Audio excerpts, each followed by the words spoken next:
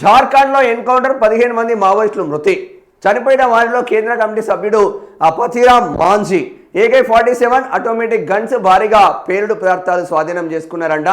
జార్ఖండ్లో జరిగిన భారీ ఎన్కౌంటర్లో కేంద్ర కమిటీ సభ్యుడు పతిరామ్ మాంఝీ సహా 15 మంది మావోయిస్టులు మృతి చెందారు.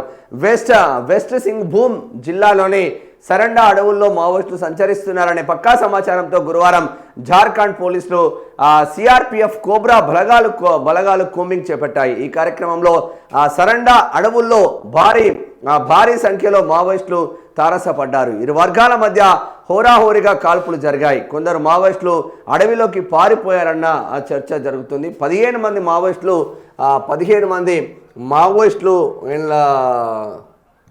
చనిపోయిన పరిస్థితి ఉందంట. ఒక్కసారి చూద్దాం, ఉన్నదా వార్త? ఎస్, ఉంది. కాల్పులు జరిగిన ప్రదేశంలో మావోయిస్టు కేంద్ర కమిటీ సభ్యుడు పతిరామ్ మాంఝీ ఆలియాస్ అనల్ సహా 15 మంది మృతదేహాలు లభ్యమయ్యాయి. AK-47 ఆటోమేటిక్ గన్స్, పేలుడు పదార్థాలు, డాక్యుమెంట్లను పోలీసులు స్వాధీనం చేసుకున్నారు. కేంద్ర కమిటీ సభ్యుడు మాంఝీపై 6 రాష్ట్రాల్లో 5 కోట్లకు పైగా రివార్డు ఉందని జార్ఖండ్ పోలీసులు తెలిపారు. 5 కోట్లకు రివార్డు అంట. మరి పెద్ద ఎత్తున పెద్ద మావోయిస్ట్ అయినాయి. జార్ఖండ్ పోలీసులు తెలిపారు. అడవిలోకి వెళ్లిన మావోయిస్టుల కోసం కూంబింగ్ నిర్వహిస్తున్నారు. 14 మంది మావోయిస్టుల పేర్లు గుర్తింపు. జార్ఖండ్ ఎన్కౌంటర్లో మృతి చెందిన మావోయిస్టుల్లో 14 మంది మావోయిస్టులు గుర్తించారు. మావోయిస్టుల్లో 14 మందిని పోలీసులు గుర్తించారు. కేంద్ర కమిటీ సభ్యుడు పతిరామ్ మాంఝీ,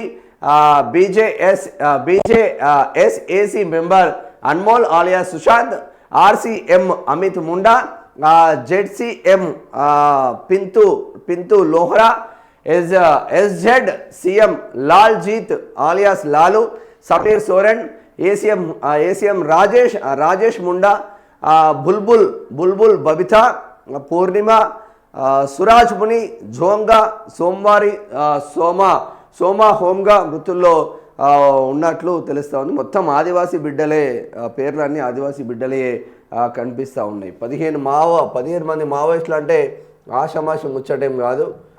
పెద్ద ఎత్తున మావోలను మాత్రం కథం పట్టిస్తూ ఉన్నారు. ఇక్కడ ఈయన పైన పతిరామ్ మాంఝీ పైన దాదాపు 5 కోట్ల బాగానే మంచి పెద్ద మావోయిస్టులు చనిపోతున్న పరిస్థితి మాత్రం ఉంది అని చెప్పుకోవచ్చు.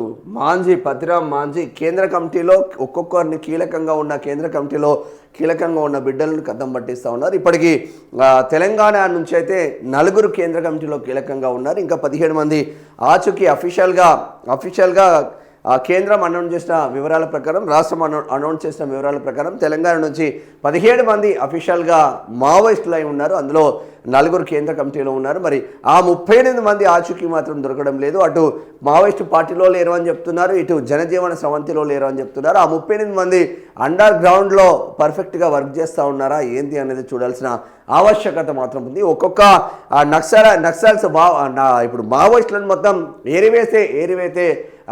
ఏరివేతే ముందుకు వెళ్తూ ఉంది కేంద్రం.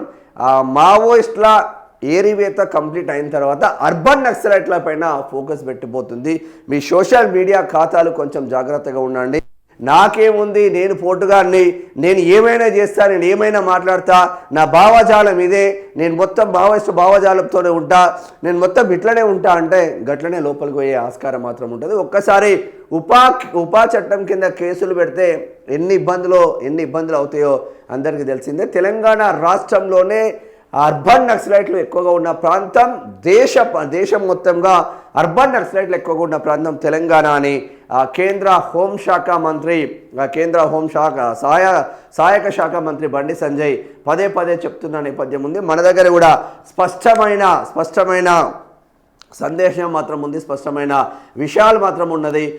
కొంచెం అర్బన్ నక్సలైట్లు ఎవరైతే ఈ మావోయిస్టు భావజాలానికి ఎక్కువగా అతీతులు అవుతారో, ఈ స్టేటస్లు పెడతా ఉన్నారో అడ్డం దిడ్డంగా, నరేంద్ర మోడీ ఏంది, నువ్వు నరేంద్ర మోడీతో నాకు పోటీ అని ఎవరైతే స్టేటస్ పెట్టుకుంటున్నారో, నరేంద్ర మోడీని ఆల్వేస్గా, అమిత్ షాని ఆల్వేస్గా, బండి సంజయ్ని ఆల్వేస్గా తిట్టుకుంటూ అమ్మడాబూతులు ఎవడైతే సోషల్ మీడియాలో పోస్టులు పెడుతున్నారో, స్టేటస్లు పెడతా ఉన్నారో వీళ్ళపైన కేంద్రం గురిపెట్టింది. మన దగ్గర ఉన్న స్పష్టమైన స్పష్టమైన సందేహం అని కూడా చెప్పుకోవచ్చు. కొంచెం జాగ్రత్తగా ఉండండి. ఒక్కసారి మనం అనుకుంటాం మనకేం కాదు, నేను ఎవరినైనా తిడతా, నేను పోటుగాని అంటే రాజ్యాంగబద్ధంగా నువ్వు ఎవరైనా ప్రశ్నించవచ్చు, తిట్టడం కాదు.